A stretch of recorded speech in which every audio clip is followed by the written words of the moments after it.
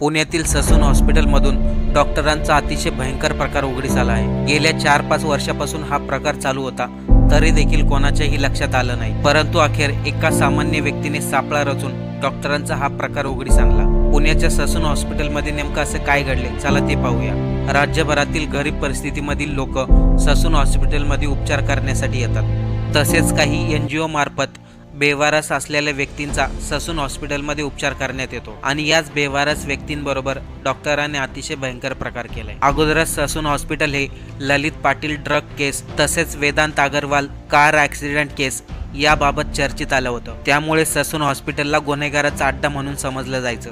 आणि आता पुन्हा एकदा हॉस्पिटलमधील डॉक्टरांचा भयंकर प्रकार। वंचित बहुजन आघाडीचे रितेश गायकवाड आणि दादासाहेब गायकवाड हे NGO मार्फत ससून हॉस्पिटलमध्ये बेवारस व्यक्तींना उपचारासाठी आणत होते। त्यांना हॉस्पिटलमध्ये ॲडमिट केल्यानंतर 2-3 दिवसांनी त्यांची चौकशी करण्यासाठी यायचे, परंतु ते पेशंट त्यांना पुन्हा हॉस्पिटलमध्ये दिसतच नव्हते। जेव्हा रितेश गायकवाड आणि दादासाहेब गायकवाड हे डॉक्टरांना पेशंटबद्दल चौकशी करायचे, तेव्हा डॉक्टर बोलायचे की ते पेशंट पळून गेले।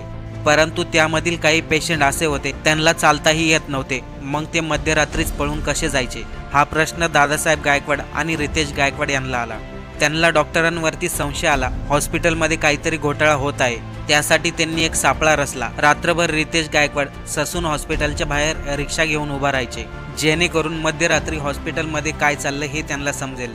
गेल्या 3 महिन्यापासून रितेश गायकवाड ससून हॉस्पिटलच्या बाहेर रात्रीच्या वेळेस रिक्षा घेऊन उभा राहायचे, परंतु 3 महिने होऊन गेले, त्यांना तसला काही प्रकार आढळला नाही। आणि अखेर तो दिवस आलाच, 22 तारखेला दिवस आलाच। 22 जुलैच्या मध्यरात्री रितेश गायकवाड आपली रिक्षा ससून हॉस्पिटलच्या बाहेर उभा करून बसले होते। 1:30 वाजता त्यांच्याजवळ एक डॉक्टर आला आणि रितेश गायकवाडला म्हटले, एक पेशंट आहे, त्याला सोडायचं आहे। रितेश गायकवाडनी डॉक्टरांना विचारले, नेमकं त्याला कुठे सोडायचं आहे?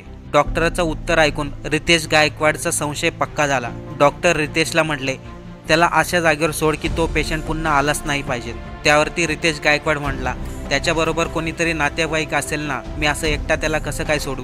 त्यावरती ससून हॉस्पिटलचा डॉक्टर म्हटला, आम्ही आमच्या रिक्षावाल्याला 500 रुपये देतो आणि तो आम्हाला कोणताही प्रश्न न विचारता त्या पेशंटला सोडतो, परंतु तो आता सुट्टीवर गेला आहे, म्हणून आम्ही तुझ्याकडे आलो, तू सोडायला तयार असेल तर सांग। रितेश गायकवाड लगेचच हो म्हटला आणि मध्यरात्री 1:30 वाजता ससून हॉस्पिटलमधून रिक्षामध्ये 2 पाय नसलेल्या एक पेशंटला बसवले। रिक्षाच्या पाठोपाठ 2 व्हीलरवरती एक डॉक्टरही त्यांच्या पाठीमागे आला। 15 ते 20 किलोमीटर गेल्यानंतर एक निर्जन स्थळी त्या पेशंटला झाडाखाली सोडण्यात आले। त्यानंतर डॉक्टर तिथून निघून गेला। रितेश गायकवाडने तात्काळ दादासाहेब गायकवाड यांना याबद्दल माहिती दिली आणि सर्व प्रकरण उघडीस आलं। दादासाहेब गायकवाड आणि रितेश गायकवाड यांनी पोलिसांमध्ये ससून हॉस्पिटलच्या डॉक्टरांविरुद्ध तक्रार दाखल केली। यामध्ये ऑर्थो विभागाचे डॉक्टर आदिकुमार आणि तसेच 2 डॉक्टरांना निलंबित करण्यात आले। परंतु ज्या हॉस्पिटलमध्ये लोक मोठ्या आशेने उपचार घेण्यासाठी जातात, त्याच पेशंटबरोबर एवढे भयंकर प्रकार डॉक्टर कसं काय करू शकतात? आणि दुसरं म्हणजे पुण्याच्या ससून हॉस्पिटलमध्ये डॉक्टरांचे आणखीन किती प्रकार उघडीस येणार आहेत?